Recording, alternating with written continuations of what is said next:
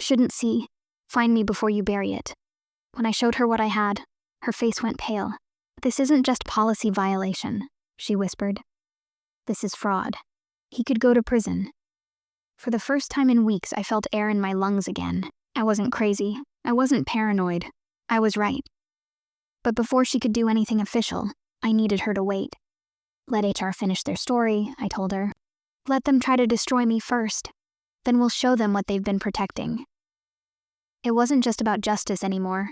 It was about timing and poetic symmetry. Ethan wanted to ruin my career with a false accusation. I was going to ruin his life with the truth, and the best part? HR would be the one delivering it. The summons came on a Thursday morning. Neat, polite, and deadly. Mandatory HR and legal review. Confidential. No subject line ever looked so harmless while meaning so much. I already knew what it was before I opened the email. The timing was perfect. Ethan's final move. I walked into the HR conference room like I was walking into a trial I hadn't agreed to attend. The same people sat there. The director with her too tight smile, the silent note-taker, and a new addition this time, the company's in-house counsel. The air smelled like stale perfume and cold coffee, the scent of pre-decided outcomes. They didn't waste time. After completing our investigation, the director began, we've determined that your conduct toward Mr. Reynolds was inappropriate and inconsistent with company policy. As a result, your employment is being terminated effective immediately. No evidence. No discussion. No space for truth. Just a pre-written sentence delivered like an execution. I sat still, watching her lips move while my heart slowed to a steady, unnatural calm. This was what power looked like when it didn't bother to hide. Ethan wasn't even in the room. He didn't have to be. His fingerprints were all over their words.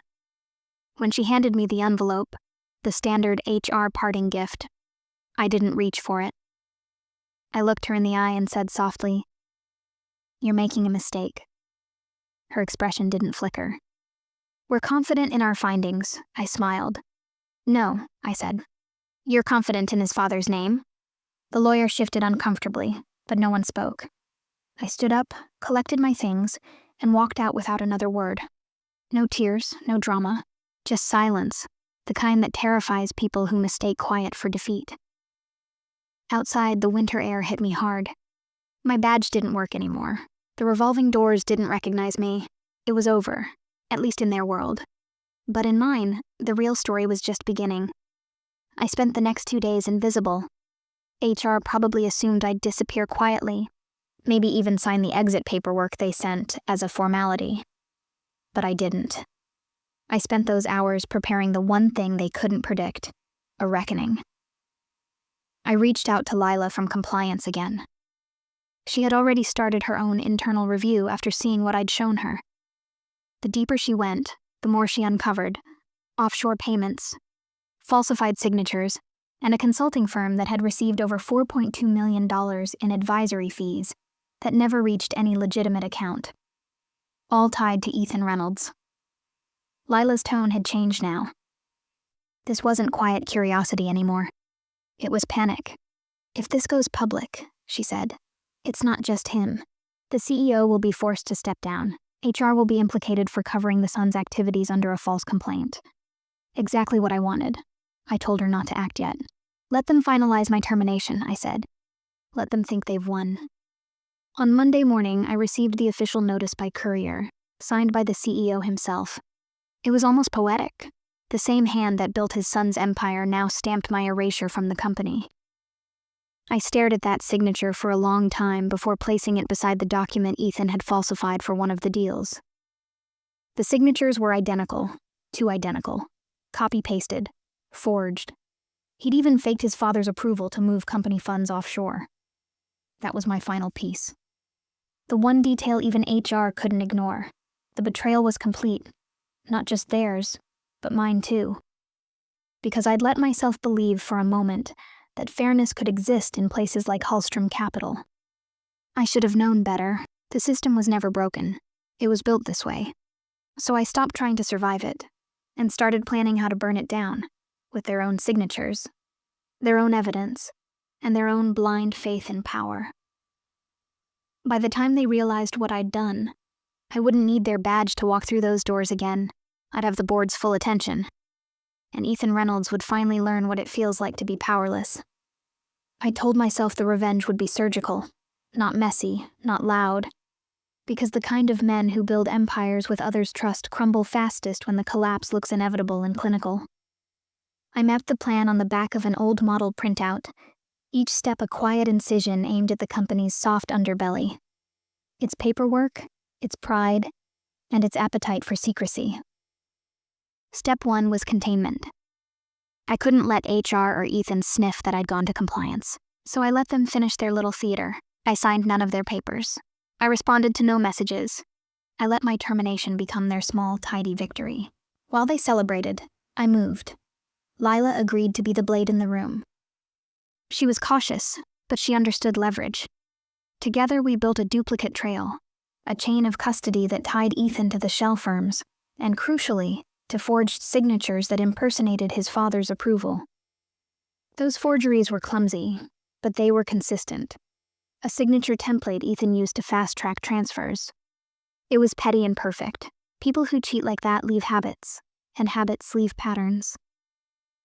Next, I created pressure points. Board members don't act on whispers. They act on risk. So we prepared a dossier that read like cold. Incontrovertible risk.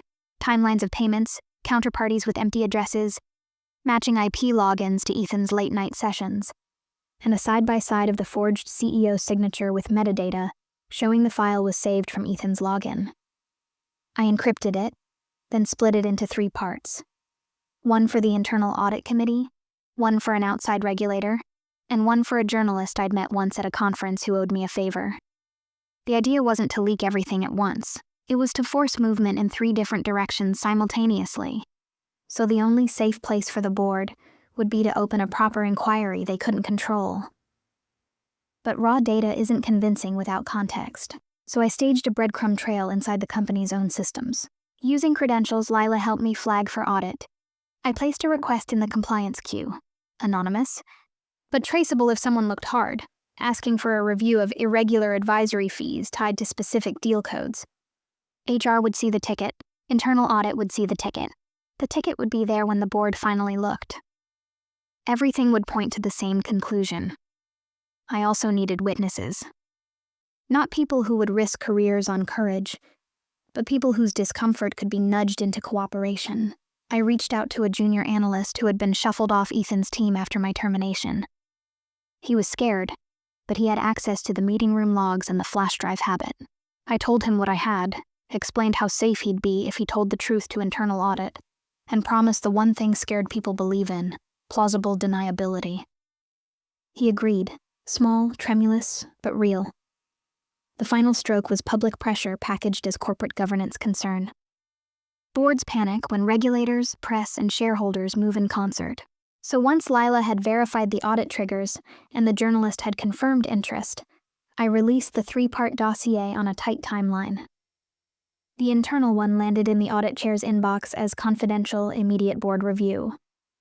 The regulator's portal received an anonymous submission with attachments.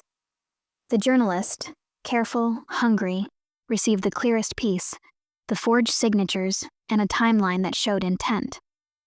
I watched the timestamps roll in like dominoes. I didn't do anything dramatic. I didn't confront Ethan. Instead, I watched as the mechanisms I'd spent years learning, the small bureaucratic gears, began to turn.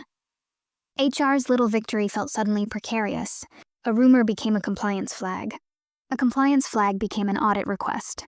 An audit request became a board action item. Power, for all its noise, is vulnerable to quiet arithmetic.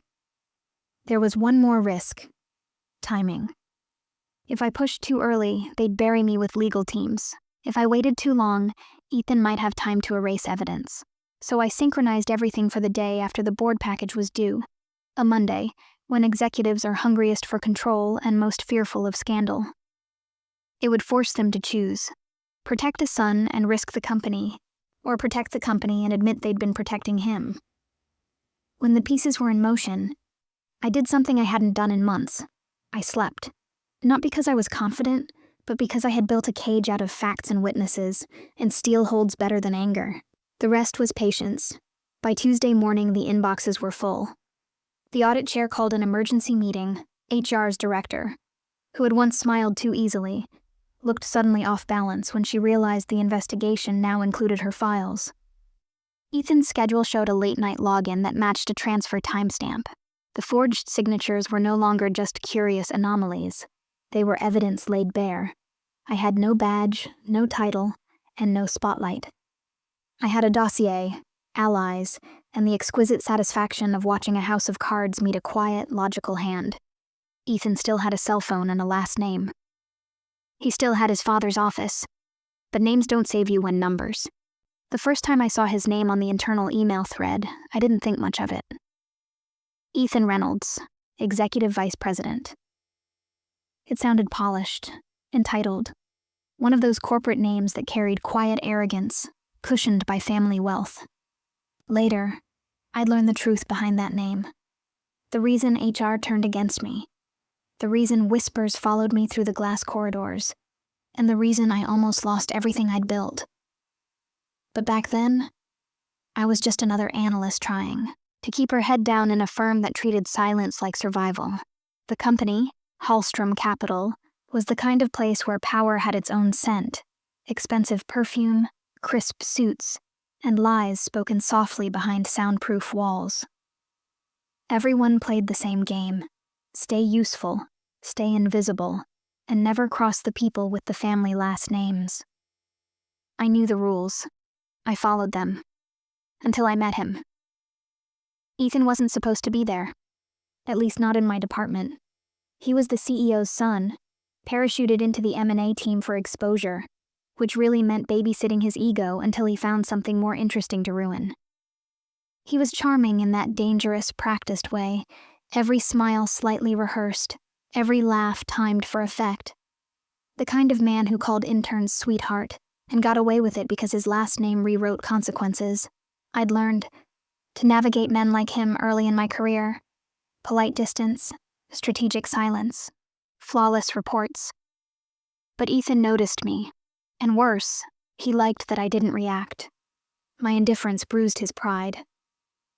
That's when the small things began. The comments about my attitude, the way he'd CC unnecessary people on minor corrections, the casual remarks about how some women get too emotional for finance. I ignored it all. HR always said to document everything, but experience taught me that HR didn't protect employees. HR protected headlines. The day the email arrived, I was in a boardroom preparing a client presentation. My phone buzzed with a company notification. Urgent, HR meeting request.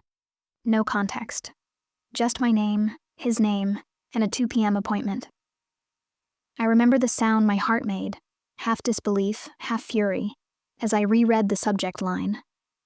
Workplace misconduct, preliminary inquiry. When I stepped into the HR office, the air was heavier than usual. 3 people sat waiting, 1 HR director, 1 silent note-taker, and a man I didn't recognize.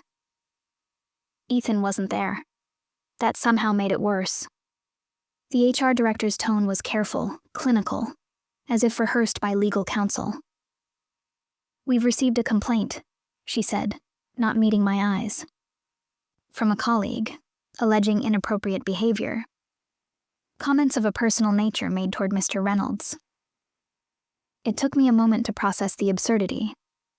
Ethan, had filed a harassment complaint against me. For a second, the world narrowed into static. I wanted to laugh, to ask if this was a joke, but their faces told me it wasn't. Somewhere in the pit of my stomach, a cold clarity settled. This wasn't about words. This was about power. He was playing his move, and HR was his chessboard. I left that room feeling smaller than I ever had. Not because I believed the accusation, but because I knew what came next. Rumors travel faster than truth. And in corporate corridors, perception is guilt. The glances changed. Conversations stopped when I entered.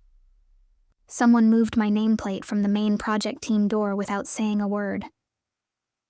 That night, I sat alone in my apartment, staring at my reflection in the dark window. I'd done nothing wrong. But innocence doesn't protect you when the predator wears a tailored suit and a smile his father built. What Ethan didn't know, what HR didn't realize, was that I'd spent years surviving rooms like theirs. Quietly watching, quietly learning. And this time, I wasn't going to wait for justice to show up. I was going to make it. And by the time I was done, Ethan Reynolds wouldn't just lose his title. He'd lose the one thing men like him could never live without: his reputation. The next few days felt like walking through fog. Familiar hallways suddenly foreign, every smile measured, every word filtered through suspicion. HR hadn't suspended me, but that didn't matter. The stain was already there, invisible yet permanent. You can't unhear whispers once they've started. I could feel them tightening around me like silk threads. Soft, but suffocating. I still remember how the team meetings changed. The usual morning chatter turned brittle. No one wanted to sit too close to me. Ethan, of course, played the part of the wronged professional perfectly. Polite, composed, his voice just loud enough for others to overhear when he said things like, "Let's keep this discussion respectful." Every sentence he spoke was a quiet weapon. My manager, Ava, avoided eye contact. She was sharp and ambitious, the kind who knew how to survive corporate storms by pretending not to feel the rain. HR just needs to do their job, she said, when I tried to talk to her privately. Keep your head down and let it pass. But we both knew what that meant. They were waiting to see which way the wind blew before deciding if I was worth defending. Still, something in me refused to shrink. I started collecting details, not out of paranoia, but instinct. Every email, every comment, every timestamp. I didn't know what I was looking for yet, only that the truth always leaves fingerprints. 2 days later, I saw Ethan through the glass wall of the executive conference room. He was laughing with the CEO, his father, while HR's director stood beside them, her hands folded like she was praying to keep her job. That image burned into me. I understood then. This wasn't just about me. It was about power consolidating itself, protecting its own. I didn't have a safety net like Ethan did. I didn't have a famous last name or connections on the board. What I had was precision, the kind that comes from years of building models, reading contracts, and noticing details others miss. I wasn't built for war, but I knew how to read numbers, and numbers always told stories people tried to hide. That night, while the office emptied out, I stayed behind. My access to the M&A data room was still active, a small oversight HR hadn't revoked yet. I told myself I was just cleaning up my files, but deep down, I was searching.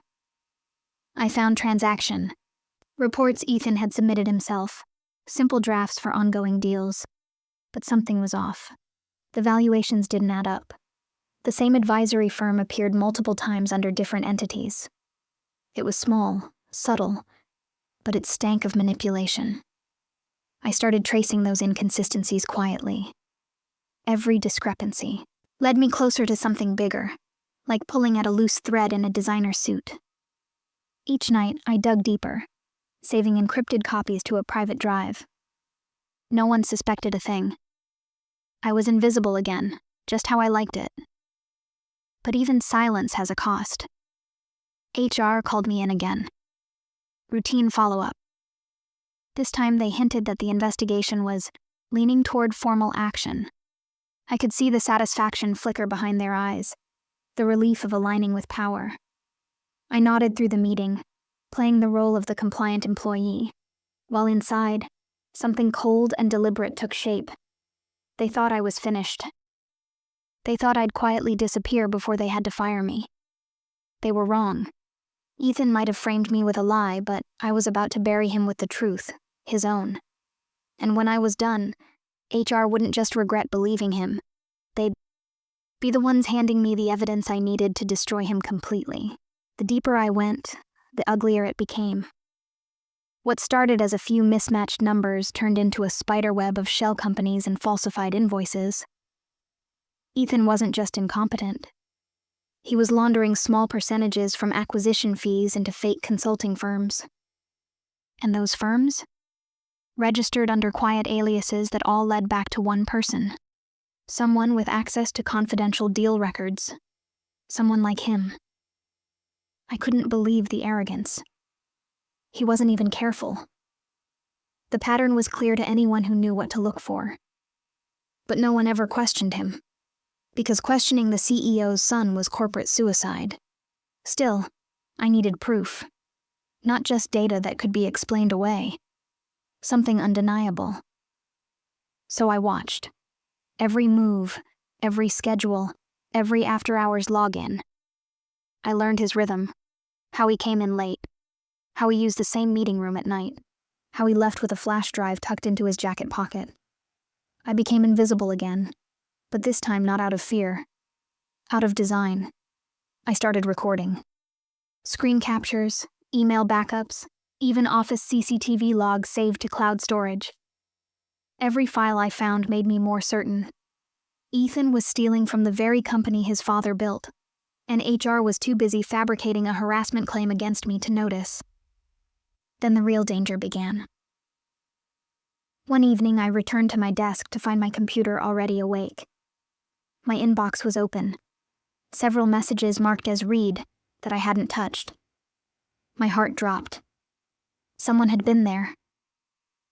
I checked the access logs, internal admin entry, 2 hours before I arrived. HR. They were building their case. Ethan must have pushed them harder. That night, I sat alone in my apartment with the city lights bleeding through the blinds, realizing I was running out of time. If I didn't act soon, they'd bury me before I ever had a chance to speak. The investigation was nearing its final phase, HR said. I knew what that meant. A quiet meeting, a pre-written statement, and a termination notice dressed up as mutual separation. But there's something HR never understood. You can't scare someone who's already lost everything. The next morning, I made a call to someone I'd met months ago. A quiet, sharp woman from the firm's compliance division named Lila. We'd worked together on a due diligence project once, and I remembered her words clearly. If you ever find something the company. Timestamps and a paper trail conspire to tell the truth. When the board finally called, they didn't call me. They called HR and internal audit. They asked for answers they could no longer avoid, and that was all I needed. The boardroom smelled of polished wood and cheap cologne, the same room where I'd once sat quietly taking notes, pretending not to notice the way power rearranged people like chess pieces. That morning it felt different. There was tension in the air like static before a storm. My dossier had landed on every director's desk. The audit chair had called an emergency session. For the first time since they'd branded me a liar, the people who mattered were asking questions they hadn't wanted to ask. I didn't attend the meeting. I watched it from a safe distance, through the lobby's high windows, from a cafe across the street, with a cheap coffee I couldn't taste. I didn't need to be in the room. The documents spoke louder than I ever could. The board had the forgeries, the trail of shell companies, the IP logs, and the junior analyst's signed statement placing Ethan in the meeting room the night the transfer was authorized. They had the compliance ticket I'd nudged into their queue, and Lila's detailed verification. They had an anonymous regulator submission and a journalist waiting for confirmation. At 10:12 a.m., the door opened. Ethan walked out first, his face pale, the practiced charm gone. He looked smaller than I'd ever seen him, like a child in an adult suit. The CEO followed, shoulders tight, jaw clenched. They said nothing as cameras from a financial press outlet that had apparently been tipped off by the journalist swiveled toward them. When the CEO stopped and faced the few reporters allowed in the lobby, the words that left his mouth sounded like a verdict. We are launching a full, independent investigation. His voice was measured, but his eyes betrayed the crack in his confidence. Inside the boardroom, I imagined the scene. The audit chair laying out each piece of evidence one by one, the council shifting uncomfortably as metadata proved the forgeries, HR's director blinking as her role in the termination surfaced in internal logs. The junior analyst's testimony, once tremulous and hidden, now read like the final nail. Power, it turns out, is a fragile house of cards when the cards are numbered, but nothing unraveled faster than pride. Ethan tried to speak, to deflect, to charm, to pin it all on procedural error, or a misunderstanding. It was pathetic and dangerous. He stammered about meetings, about approvals, about a rushed decision during a fire sale acquisition. The kind of story men with names tell when they think the room is theirs. The council interjected with legalese. The audit chair produced a timeline with timestamps that matched Ethan's late-night logins. The more he tried to weave excuses, the tighter the net became. Then the board did something I hadn't expected. They asked HR to present the whole harassment file. I remembered how they'd used that file like a blade against me. Watching the document that had cost me my job get placed under the same light as Ethan's transfers felt like seeing a mirror break. The note-taker who'd sat beside the HR director during my termination looked suddenly like the person who'd watched a crime unfold and signed off on it. When HR's director fumbled for answers, her confidence cracked.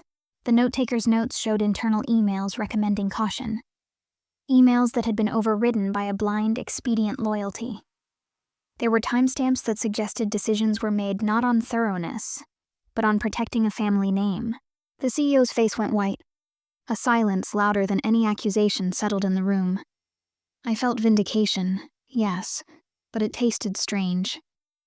It wasn't jubilation. It was the heavy, inevitable feeling that comes when a long, fragile plan finally collapses as you intended. There was relief in it, too. A slow exhale I'd been denying myself for months. Outside, the cameras picked up the first crack in Ethan's composure. When a reporter asked if he would step down pending the investigation, he tried to laugh it off. The laugh fell flat. His father's aides moved around him like a shield, but shields are thin things when paper proves intent. The board announced that Ethan had been suspended pending the independent review, and HR's director was asked to step aside while her department was audited. The words were clinical. The consequences were seismic. What followed was chaos dressed as corporate procedure. Lawyers began drafting statements. The stock price, which had been steady for months, dipped on the morning's news. Shareholders called for immediate transparency. Emails flooded the CEO's inbox. The company's PR team tried to spin calm, but spin is useless when the numbers have teeth. I watched it all and felt something shift inside me. The fear that had been a constant hum for weeks was gone, replaced by a hollow space I hadn't expected. I'd set the plan in motion, but the human cost was real. People I'd respected reddened in the light of their own choices. Colleagues who'd whispered, "Better your head than mine," now looked like survivors who'd traded someone else's life for their own safety. Then, later that afternoon, a hand appeared on my shoulder. It was Lila, her face tired but steady. "They called the regulator," she said. "They want full cooperation. You did this." I wanted to tell her it had been more than me. The junior analyst, the journalist, the cost of toleration had all conspired. But there was no time for modesty. We watched the second wave, investigators combing server logs, HR files being boxed up, Ethan's office sealed. The CEO released a statement promising accountability. The firm's board scheduled an extraordinary shareholders' meeting. It was everything I'd aimed for, executed by the very system that had tried to swallow me. At dusk, as the city lights blinked on, I stepped back into the lobby for the first time since they'd revoked my badge. Security didn't stop me. The board's attention had made my presence irrelevant. I stood beneath the atrium and let the noise of the world fold back over me. I had won in the only way that mattered, with truth. But victory, I learned that day, is not a single moment. It's a long, complicated thing that ripples outward, and as the firm began to unravel, I realized the next chapter would be about repair. For some, ruin. For others, rebuilding. For Ethan, it would be ruin. For me, it would be something else entirely. The climax had arrived. The boardroom had spoken. Now the fallout would begin, and I would have to live through what my evidence had set free. When the board finally convened for the disciplinary hearing, the energy in the room was electric, but not for me. For the first time, I wasn't the accused. I was the quiet storm waiting to unravel the lies that had cornered me for months. HR sat stiffly beside Ethan, his face pale, his confidence stripped. The CEO's son avoided my eyes, his smirk long gone. I spoke calmly, methodically. Every accusation they'd made against me, every harassment claim and behavioral concern, I dismantled with receipts. My audio recordings, my forwarded emails, the private messages Ethan had sent at midnight that he thought were deleted, and finally, the access logs showing HR's tampering. The board was silent. You could hear the weight of realization crashing down. The chairman, a man known for his stoicism, stared at Ethan and asked in a trembling voice, "Did you use company property to manipulate HR files?" Ethan stuttered, then broke. He blamed everyone, the HR director, me, the pressure. His excuses tangled and fell apart. By the time the meeting ended, the board suspended Ethan indefinitely and placed HR on immediate investigation. The CEO didn't even look at me when he stormed out. I think that was the sweetest moment of all. Days later, an internal email announced that both were relieved of their duties pending legal review. My name, however, was cleared, with a quiet note of apology that didn't come close to what I'd endured. But I didn't need their words. The silence in the halls, the looks from my coworkers, the way even the senior managers nodded at me with a newfound respect, that was enough. I got a call from the chairman later that week. He asked me if I'd consider taking over HR as interim head while they restructured. I almost laughed. But I said yes, not out of ambition, but because I wanted to rebuild what they had poisoned. And when I walked into that office on my first day, the same one where HR had once told me to stay quiet if I wanted to survive, I smiled. Because now, silence worked for me, not against me. Revenge doesn't always roar. Sometimes it whispers through evidence, through patience, through the quiet satisfaction of truth exposing itself. I didn't ruin them with lies. I let their own deceit consume them. What they called harassment became their undoing. What they tried to erase became the proof of everything they'd tried to bury. And as I locked the office door that evening, I realized something simple. Power built on manipulation always collapses when honesty stands still long enough. This is revenge untold, where justice speaks in silence, and karma signs the final email.